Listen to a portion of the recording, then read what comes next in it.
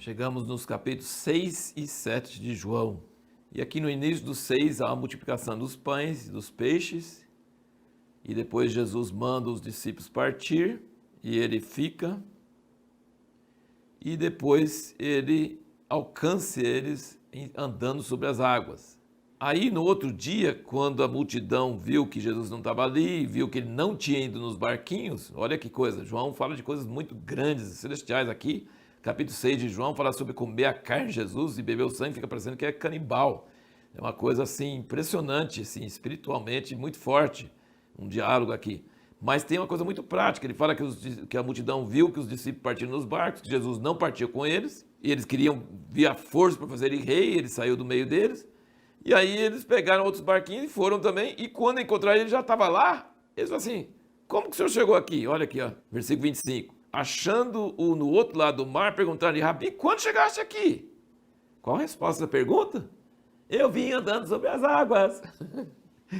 Jesus não responde a pergunta. Você lembra que eu falei? Que Jesus não fica respondendo as perguntas. Versículo 26. Respondeu Jesus, em verdade vos digo que me buscais, não porque viste sinais, mas porque comeste do pão e vos saciaste. Então Jesus não está interessado em falar com Nicodemos que ele é o Messias, em falar com a mulher por que um judeu conversa com o samaritano, e aqui em explicar que ele veio andando sobre as águas, por isso que ele chegou antes que eles.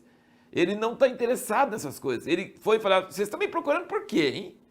Vocês não estão crendo que eu sou o enviado de Deus, que a palavra de Deus, que Deus está fazendo alguma coisa, não. Vocês comeram do pão e vocês querem mais pão e vocês estão fissurados. A pessoa eleger como prefeito ou presidente um homem que multiplica pão, resolve a economia do mundo, né? Então, assim, não era esse o interesse de Jesus, né? Não era esse o interesse dele. Ele falou assim, e aí ele desvia o assunto para outro assunto, como com a mulher. A mulher, como é que você sendo judeu?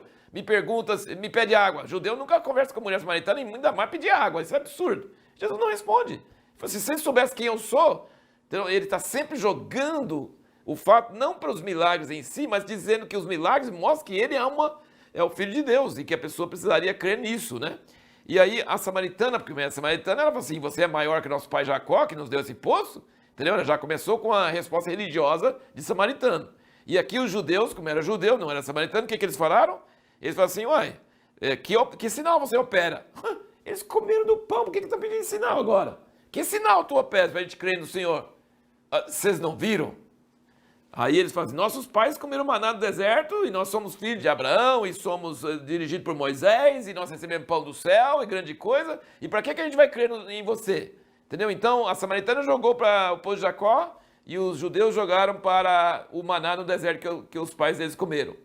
Mas Jesus conseguiu o que queria. Nos dois casos ele levou o assunto adiante, até chegar no ponto que ele queria. E o ponto que ele queria é mais um eu sou. Versículo 48. Eu sou o pão da vida. Então Jesus falou com a mulher samaritana, eu sou o Messias esperado. Eu tenho a água viva. Você devia pedir de mim que eu ia te dar água viva para brotar dentro de você. E ele fala, eu sou o pão da vida. Você vê essa técnica de Jesus de não responder as perguntas, mas realmente ir atrás da motivação e ir mais fundo até alcançar uma coisa que leva para a vida eterna, palavras de vida eterna. E nossa pergunta no último vídeo foi, por que só o fato de crer em Jesus não é suficiente para a salvação? Veja bem, para ser discípulo de Jesus, aqui antes nos capítulos anteriores, já fala várias vezes que pessoas creram nele. Por exemplo, no capítulo 2 diz assim, versículo 23, diz, ora, estando ele em Jerusalém pela festa da Páscoa, muitos vendo os sinais que fazia, creram no seu nome. Aí você fala, poxa, foi salvo todo mundo? Não. 24. Mas o próprio Jesus não se confiava a eles, porque os conhecia a todos e não necessitava de alguém lhe desse testemunho do homem, pois ele bem sabia o que havia no homem. E aí, no capítulo 4, versículo 1, diz que Jesus fazia e batizava mais discípulos do que João. Quem cria na mensagem de João era batizado por João. Quem cria na mensagem de Jesus, para se tornar discípulo dele, era batizado. Tudo bem. Só que aqui no capítulo 6, Jesus fala sobre comer a sua carne e beber o seu sangue. E o versículo 60 aqui do capítulo 6 diz, muitos, pois, dos seus discípulos, ouvindo isso, disseram, duro este discurso, quem o pode ouvir? Mas sabendo Jesus em si mesmo que murmuravam disso seus discípulos, disse, isso vos escandaliza? E aí, versículo 66, por causa disso, muitos dos seus discípulos, para ser discípulo de Jesus era batizado, certo? Muitos dos seus discípulos creram, foram batizados, e aí o que aconteceu? Voltaram para trás e não andavam mais com ele.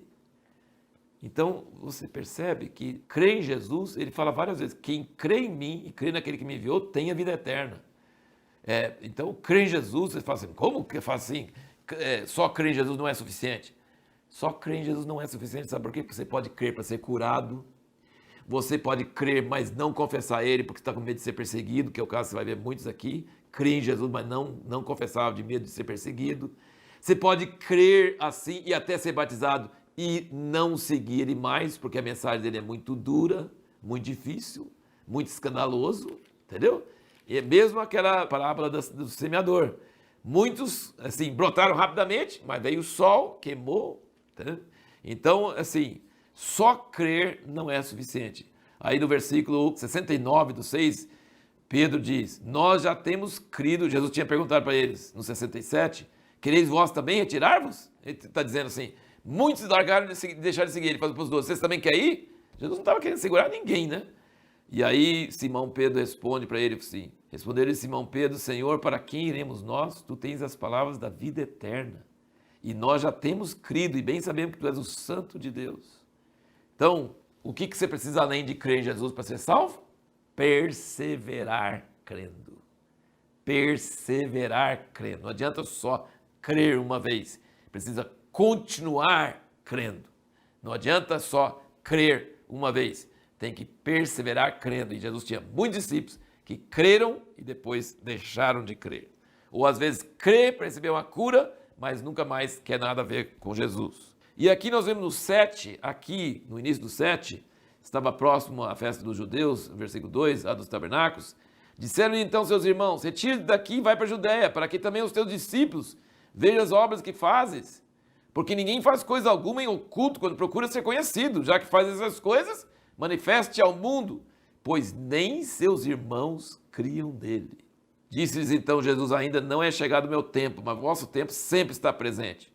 O mundo não vos pode odiar, mas ele me odeia a mim, porquanto ele testifica que as suas obras são más. Jesus já falou no capítulo 5, uma coisa que nós não comentamos, mas olha aqui no capítulo 5, versículo 41, ele diz, eu não recebo glória da parte dos homens, mas bem vos conheço que não tendes em vós o amor de Deus.